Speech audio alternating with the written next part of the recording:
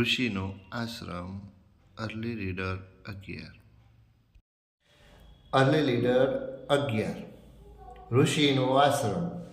આગળ જોઈએ તો અહીંયા સરસ મજાનું ઋષિનું એક ચિત્ર આપવામાં આવ્યું છે. ઋષિ અને શિષ્ય બંને સંવાદ કરી રહ્યા છે. શિષ્ય સસલાને લઈને આવ્યો છે. તો હવે આપણે વાર્તા જોઈએ. ઋષિનો આશ્રમ. એક આશ્રમ હતો, તેમાં એક ઋષિ અને શિષ્યો રહેતા હતા. એક વખત ઋષિ એક વૃક્ષ નીચે બેઠા હતા. ત્યાં અચાનક એક શિષ્ય હાથમાં કશુંક લઈને દોડતો આવ્યો અને બોલ્યો, ઋષિવર, આપણા આશ્રમના ઉપવનમાં આ સસલું તરફડતું હતું. અરે, ધોળા ધોળા રૂ જેવા આ મૂંગા સસલાને કોણે ઘાયલ કર્યો હશે?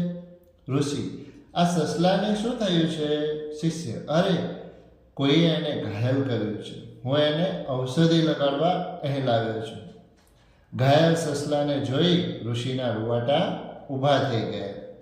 ઋષિ શિષ્ય પાસેથી સસલું લઈ કુટીરમાં ગયા. ત્યાં જઈ ઋષિએ ઈશ્વરને પ્રાર્થના કરી કે જેમણે આને ઘાયલ કર્યું હોય તેમણે ક્ષમા કરજો. પછી ઋષિએ રૂ વડે સસલાનો ઘા સાફ કર્યો અને ઔષધિ લગાવી.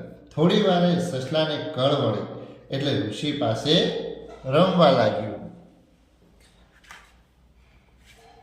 હવે આપણે જોઈએ એના શબ્દો અને વાક્યો. આવ્યા,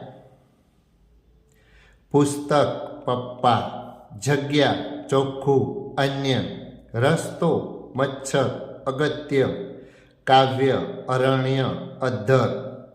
અપુ લસ્સી પીવે છે, મુન્ની ને શેરડી ભાવે છે. રસ્સી એટલે દોરડું. મારી પાસે 56 રૂપિયા છે. મમ્મી પાપડ બનાવે છે.